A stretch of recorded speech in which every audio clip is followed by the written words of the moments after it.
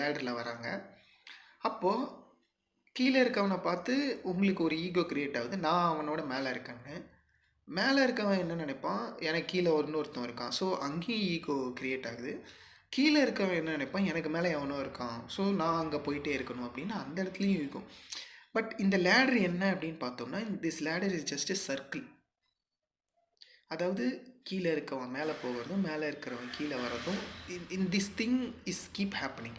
If you just living your life by believing this ego, இந்த ego தான் என் life, நான் என் ego வந்து நான் சாட்டிஸ்ஃபை பண்ணணும், இப்படி நீங்கள் நினச்சி இந்த லைஃப்பை லிவ் பண்ணிட்டே இருக்கீங்க அப்படின்னா, and most of the things இந்த ஈகோ உங்களோட ஃபுல்ஃபில்மெண்ட்டாக எப்படி ஆக்குதுன்னா, the things which you are desiring.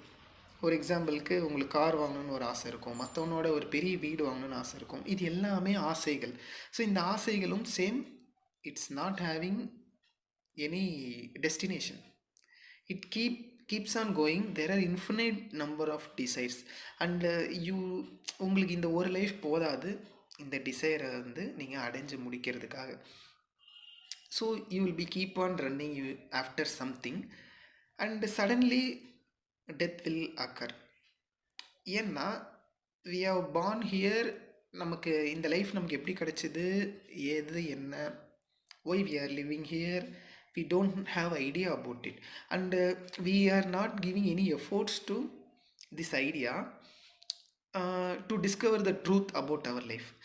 இப்படி நம்ம இருக்கும்போது suddenly we are being in a delusive state, something நம்ம என்னென்னமோ நம்ம பண்ணிக்கிட்டே இருக்கோம் இந்த லைஃப்பில், not caring about the meaning or the purpose of this life.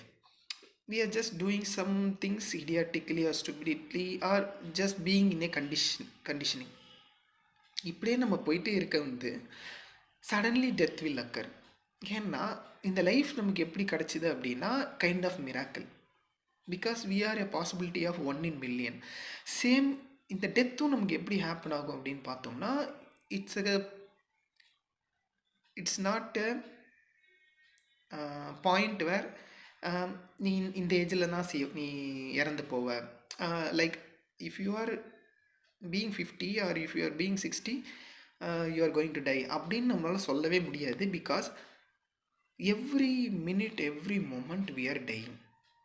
And also suddenly if நம்ம ஏதோ ஒரு ஒர்க்கில் இருக்கோம் ஆர் வீட்டில் இருக்கோம், எங்கே வெளியே இருக்கோம், திடீர்னு there are chances of death.